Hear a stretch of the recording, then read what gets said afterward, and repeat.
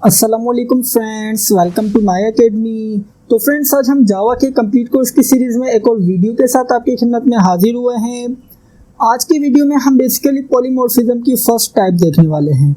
आपको तो मालूम है कि polymorphism basically object oriented programming के पिलर्स में से एक पिलर्स है। हम basically first pillar object oriented programming का कवर कर चुके हैं, जिसके अंदर हमने इनहेरिटेंस देखा था। हमने अपनी प्रीवियस वीडियोस के अंदर इनहेरिटेंस देखा था, फिर उसकी कुछ टाइप्स देखी थी। तो इस तरीके से हमारी आई थिंक 4 to 5 वीडियोस सिर्फ और सिर्फ इनहेरिटेंस पर थी, जिसके अंदर हमने कंप्लीट इनहेरिटेंस को कवर किया था। तो अगर आप ये जावा के कंप्लीट कोर्स की प्लेलिस्ट को एक्सेस कर रहे हैं तो आपको तो मालूम होगा कि जी हाँ, हम यहाँ पर इनहेरिटेंस को पीछे कवर कर चुके हैं। तो फ्रेंड्स, अब हम देख लेते हैं पॉलीमॉर्फिज्म। पॉलीमॉर्फिज्म के सबसे पहले तो मैं जब मैंने अपने जब ऑब्जेक्ट ओरिएंटेड प्रोग्रामिंग की जब जर्नी स्टार्ट की थी तो मैंने एक इंट्रो वीडियो बनाई थी, जिसके अंदर मैंने बताया था कि ऑब्जेक्ट ओरिएंटेड प्रोग्रामिंग होती क्या चीज़ है। उसके अंदर मैंने pillars of object oriented programming discuss किए थे, जिसके अंदर एक पिलर था पॉलीमॉर्फिज्म, जिसके अंदर मैंने बहुत ही डिटेल में आपको बताया था कि पॉलीमॉर्फिज्म होती क्या है। लेकिन मैं वापस आपको समराइज करता चलूँ। बेसिकली पॉलीमॉर्फिज्म का जो अगर आप इसके वर्ड से नोट करें तो हमारे पास इसके अंदर ही हमारा कॉन्सेप्ट क्लियर हो जाता है। पॉलीमॉर्फिज्म बेसिकली 2 वर्ड्स का कॉम्बिनेशन है कि पॉली दूसरा मॉर्फिज्म। इसका मतलब क्या है? Many forms. इसके अंदर क्या होता है कि हमारे पास एक क्लास का मेथड डिफरेंटली बिहेव करता है, या आप कह सकते हैं कि मेथड सेम है लेकिन वो डिफरेंटली बिहेव करेगा। किस तरीके से? सबसे पहले से समझने के लिए हम देखेंगे मेथड ओवरलोडिंग का कॉन्सेप्ट। उसके बाद हम अपनी नेक्स्ट वीडियो के अंदर देखेंगे मेथड ओवरराइडिंग का कॉन्सेप्ट। तो आइए इसे देखने के लिए हम चलते हैं। सबसे पहले तो अब हम यहाँ पर एक न्यू क्लास क्रिएट कर लेते हैं। अब हम यहाँ पर नेम देते हैं polymorphism.java। तो इस तरीके से हमने यहाँ पर पॉलीमॉर्फिज्म, आई थिंक हमारे पास यहाँ पर स्पेलिंग मिस्टेक हो गई है, हम रीनेम कर लेते हैं इसे polymorphism.java। तो इस तरीके से हमने यहाँ पर polymorphism.java के नेम से क्लास क्रिएट कर ली है। अब हम यहाँ पर इसके अंदर सबसे पहले तो क्लास को इंक्लूड कर लेते हैं। आई थिंक हमारे पास हाँ ये अब हमने यहाँ पर इस तरीके से क्लास को भी इंक्लूड कर लिया। अब हम यहाँ पर इस क्लास के अंदर सबसे पहले तो एक मेन मेथड इंक्लूड कर लेते हैं। तो इस तरीके से हमने यहाँ पर एक मेन मेथड भी इंक्लूड कर लिया है। तो फ्रेंड्स, बेसिकली मैं आपको सबसे पहले ये बताता चलता हूँ कि यार मेथड ओवरलोडिंग होती क्या है। मेथड ओवरलोडिंग के केस में क्या होता है कि हम अपनी एक क्लास के अंदर हम यहाँ पर कोई भी क्लास क्रिएट कर लेते हैं पेरेंट के नेम से। अब हम यहाँ पर क्या करेंगे, पेरेंट वाली क्लास के अंदर एक से ज़्यादा सेम मेथड क्रिएट कर सकते हैं। इसका मतलब ये हुआ कि उस क्लास का जो नेम होगा वो सेम होगा। आपको तो मालूम है कि हम एक क्लास के अंदर एक से ज़्यादा सेम मेथड क्रिएट नहीं कर सकते, लेकिन आज मेथड ओवरलोडिंग के केस में क्या करेंगे, हम एक क्लास के अंदर एक से ज़्यादा सेम मेथड क्रिएट करेंगे और हम उसे ओवरलोड करेंगे। किस तरीके से? फॉर एग्जाम्पल मैं यहाँ पर एक मेथड क्रिएट करता हूँ पब्लिक वाइड डिस्क। तो मैं यहाँ पर सिंपल डिस्क का एक मेथड क्रिएट करता हूँ, जिसके अंदर बेसिकली क्या हो रहा है, ये मेरे पास एक मेथड है। इसके अंदर सबसे पहले तो मैं एक मैसेज डिस्प्ले करवा देता हूँ। मैं यहाँ पर कह देता हूँ hello I am first method. तो मैं यहाँ पर सिंपल मैसेज डिस्प्ले करवा दूंगा hello I am first method. तो जब मेरा ये मेथड एग्जीक्यूट होगा तो मेरे पास मैसेज डिस्प्ले हो जाएगा hello I am first method. अगर मैं यहाँ पर इस क्लास का एक ऑब्जेक्ट क्रिएट करूँ, फॉर एग्जांपल मैं यहाँ पर इसका एक ऑब्जेक्ट क्रिएट करता हूँ obj1 के नेम से। उसके बाद मैं यहाँ पर न्यू का कीवर्ड टाइप कर देता हूँ सबसे पहले। तो इस तरीके से मैंने यहाँ पर इस क्लास का ऑब्जेक्ट क्रिएट कर लिया है। अगर मैं यहाँ पर इस ऑब्जेक्ट की मदद से अपने इस मेथड को कॉल करूँगा तो मुझे मालूम है कि मेरा यहाँ पर ये मेथड एग्जीक्यूट होगा। तो आइए रन करके चेक कर लेते हैं। तो जैसे रन किया तो आप यहाँ पर देख सकते हैं कि अब हमारे पास यहाँ पर मैसेज डिस्प्ले हो रहा है hello I am first method. अब हम चलते हैं अपने पॉइंट की तरफ। अगर मैं इसी क्लास के अंदर सेम मेथड क्रिएट कर लेता हूँ, फॉर एग्जांपल मैं यहाँ पर एक और मेथड क्रिएट कर लेता हूँ डिस्क के नेम से। तो आप यहाँ पर देख सकते हैं कि मेरे पास यहाँ पर एक ही क्लास के अंदर एक से ज़्यादा सेम मेथड आ चुके हैं। इस केस में क्या हो रहा है, इस केस में हमें ये एरर थ्रो कर रहा है। बेसिकली हमें क्या करना है, इन मेथड को ओवरराइड करना है। सेम मेथड को हमें ओवरराइड करना है। तो वो किस तरीके से करेंगे, उसके लिए हमारे पास कुछ रूल्स हैं। रूल्स क्या है कि यार अगर आपके एक क्लास के अंदर एक से ज़्यादा सेम मेथड हैं तो उसके नंबर ऑफ पैरामीटर डिफरेंट होने चाहिए, या जो हमारे पास जो मेथड है या जो भी हमारा मेथड जो डेटा टाइप ले रहा है या कोई भी वैल्यू ले रहा है उसकी टाइप डिफरेंट होनी चाहिए। किस तरीके से? सबसे पहले तो मैं यहाँ पर नंबर ऑफ पैरामीटर के थ्रू आपको समझा देता हूँ।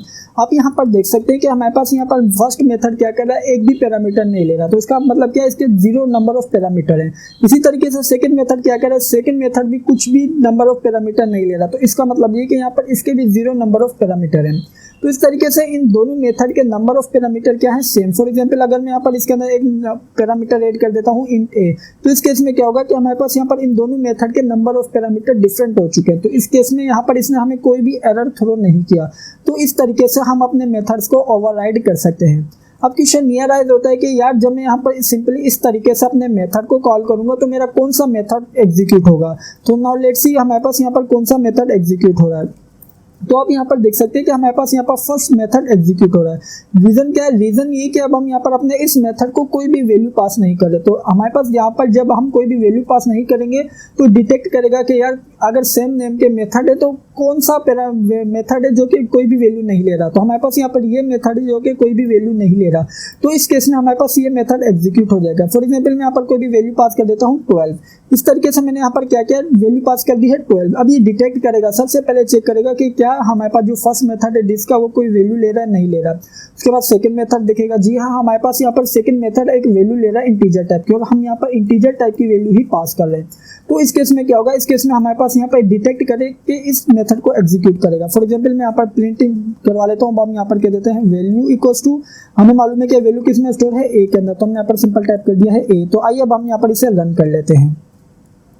तो फ्रेंड जैसे ही रन किया तो अब आप यहाँ पर देख सकते हैं कि हमारे पास यहाँ पर सेकंड मेथड एग्जीक्यूट हुआ है। आई थिंक हम यहाँ पर इसके अंदर मैसेज डिस्प्ले करवा देते हैं hello I am second method. तो इस तरीके से हमारे पास डिस्प्ले हो जाएगा hello I am second method. तो जैसे ही रन किया तो अब आप यहाँ पर देख सकते हैं कि अब हमारे पास यहाँ पर सबसे पहले डिस्प्ले हो रहा है hello I am second method और इसी तरीके से वैल्यू डिस्प्ले हो रही है।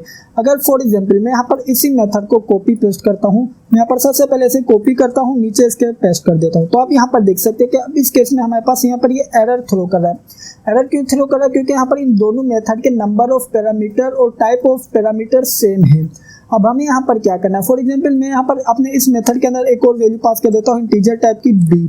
तो इस केस में क्या होगा कि यहाँ पर इसके नंबर ऑफ पैरामीटर हो चुके हैं डिफरेंट। तो इस केस में क्या होगा कि हमारे पास यहाँ पर जो भी अगर हम मेथड को कॉल करेंगे, जब हम मेन से अगर इस मेथड के अंदर 2 वैल्यूज पास करेंगे तो इस केस में हमारे पास यहाँ पर ये मेथड एग्जीक्यूट हो जाएगा। अगर हम मेन से 1 वैल्यू पास करेंगे तो हमारे पास यहाँ पर ये वाला मेथड एग्जीक्यूट होगा। अगर हम मेन से कोई भी वैल्यू पास नहीं करेंगे तो हमारे पास यहाँ पर ये वाला मेथड एग्जीक्यूट हो जाएगा। तो फ्रेंड्स इस तरीके से यहाँ पर मेथड ओवरलोड होंगे। अब क्वेश्चन ये राइज होता है, फॉर एग्जाम्पल मैं यहाँ पर अपने इस मेथड के अंदर सिर्फ एक पैरामीटर लेता हूँ, या आप कह सकते हैं कि यहाँ पर इसके अंदर भी नंबर ऑफ पैरामीटर सेम है, इसके अंदर भी नंबर ऑफ पैरामीटर सेम है और टाइप ऑफ पैरामीटर भी सेम है। फॉर एग्जांपल मैं यहाँ पर कह देता हूँ कि ये जो मेरा मेथड है ये लेगा फ्लोट टाइप का डेटा। तो मैं यहाँ पर सिंपल टाइप कर देता हूँ फ्लोट। इस केस में आपने यहाँ पर देखा कि हमारे पास यहाँ पर एरर थ्रो नहीं कर रहा। सबसे पहले तो मैं यहाँ पर मैसेज डिस्प्ले करवा देता हूँ hello I am third method, क्योंकि हमारे पास यहाँ पर थर्ड मेथड है तो हम यहाँ पर सिंपल मैसेज डिस्प्ले करवा देते हैं hello I am third method. इसके बाद हमने सिंपल वैल्यू प्रिंट करवा दी है। अब हम यहाँ पर क्या करेंगे, अब हम यहाँ पर जहाँ पर हम अपने इस मेथड को कॉल कर रहे हैं वहाँ पर हम फ्लोट टाइप की कोई भी वैल्यू पास कर देते हैं। अब हम यहाँ पर फॉर एग्जांपल पास कर देते हैं 12.5।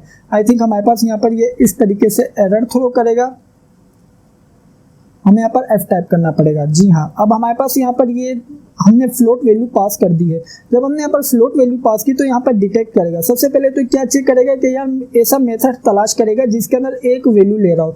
तो हमारे पास यहाँ पर 2 मेथड ऐसे हैं जो कि एक वैल्यू ले रहे हैं। उसके बाद यहाँ पर ये क्या करेगा, यहाँ पर ये चेक करेगा कि यार कौन सा मेथड है जो कि फ्लोट टाइप की वैल्यू ले रहा है। तो हमारे पास यहाँ पर ये वाला मेथड है जो कि फ्लोट टाइप की वैल्यू ले रहा है। तो इसके बाद यहाँ पर ये मेथड एग्जीक्यूट होगा।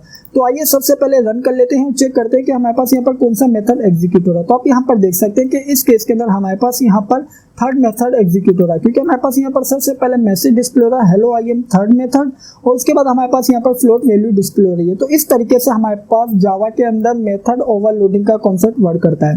मैं सबसे पहले आपको समराइज करता चलूँ कि आज की वीडियो के अंदर हमने क्या क्या किया है। तो फ्रेंड्स सबसे पहले तो मैं आपको समराइज करता चलूँ कि मेथड ओवरलोडिंग होती क्या है। मेथड ओवरलोडिंग के अंदर हम एक क्लास के अंदर एक से ज्यादा सेम मेथड क्रिएट करते हैं, लेकिन उस केस के अंदर हमारे पास क्या होते हैं, कुछ रूल्स होते हैं।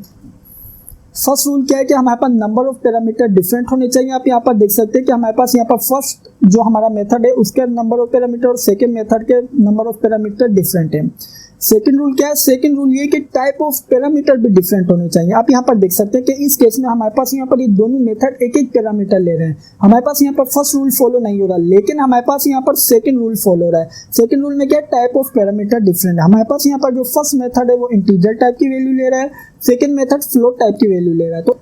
तो फ्रेंड्स इस तरीके से हमारे पास जावा के अंदर मेथड ओवरलोडिंग के कुछ रूल्स होते हैं जो कि हमने इस क्लास के अंदर इंप्लीमेंट कर लिए हैं या देख लिए हैं। तो फ्रेंड्स ये थी हमारी आज की वीडियो। मैं उम्मीद करता हूं कि आपको आज की वीडियो अच्छी लगी होगी और समझ आई होगी। अगर वीडियो अच्छी लगी तो वीडियो को लाइक लाजमी कीजिएगा और अगर आपने अभी तक चैनल को सब्सक्राइब नहीं किया हुआ तो सबसे पहले चैनल को सब्सक्राइब कर लीजिए और बेल के आइकन पर लाजमी क्लिक कीजिएगा। Thank you for watching this video friends, bye bye.